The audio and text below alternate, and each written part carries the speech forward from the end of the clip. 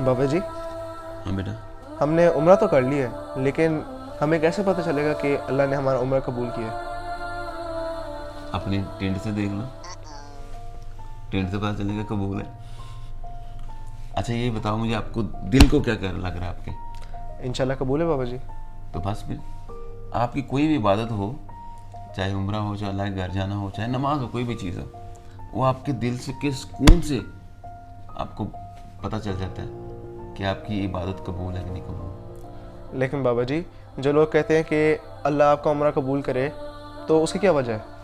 वो तो वैसे एक रीत बनी हुई है ना, लोग एक दूसरे को विश करते हैं कि जी आपकी फ़लाँ इबादत कबूल हो, अल्लाह ताला कबूल करे, दुआ देते हैं बस खुशी के साथ, वरना उसकी ज़रूरत नहीं होती। अच्छा जी। अल्लाह ताला आपको किसी चीज़ की तौफीक दे दे, किसी इबादत की, अपने घर बुलाने की, वही कबूलियत है। वरना देखो दुनिया के अंदर ऐसा है कि करोड़ों अरबों पति लोग हैं, लेकिन उनको अल्लाह ताला ने तौफीक नहीं दी। तो कई लोग ऐसे भी जिनके पास जेब में कुछ भी नहीं है, लेकिन उसका वसीला कोई और बना, उनको तौफीक मिल गई। तो बुलावा ही आपकी कबूलियत होती है। लेकिन बाबा जी, जो लोग जिन्होंने दुनिया पर जुल्म किया है, क्या उनकी भी इबादत कबूल होती है इधर?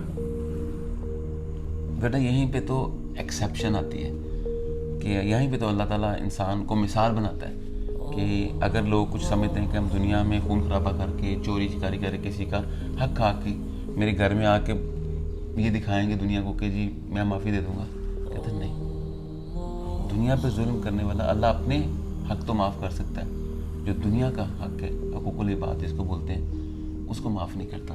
चाहे आप जितने मर्ज़ी काबा के चक्कर लगाओ, जितनी मर्ज़ी नमाज़ें पढ़ो, जितने मर्ज़ी सदक़े खैरात करो, वो माफ़ नहीं करता अल्लाह ताला जी। तो यहाँ पे एक्सेप्शन आती है। ऐसे आपको मिलेंगी मिसालें, बिल्कुल है, अच्छी ऑब्जर्वेशन है आपकी। और बेटा आपका उम्र या आपकी कोई भी बात है, वो आपको दिल से बताती है कि वो कबूल है कि नहीं कबूल। जी ठीक है बाबा जी।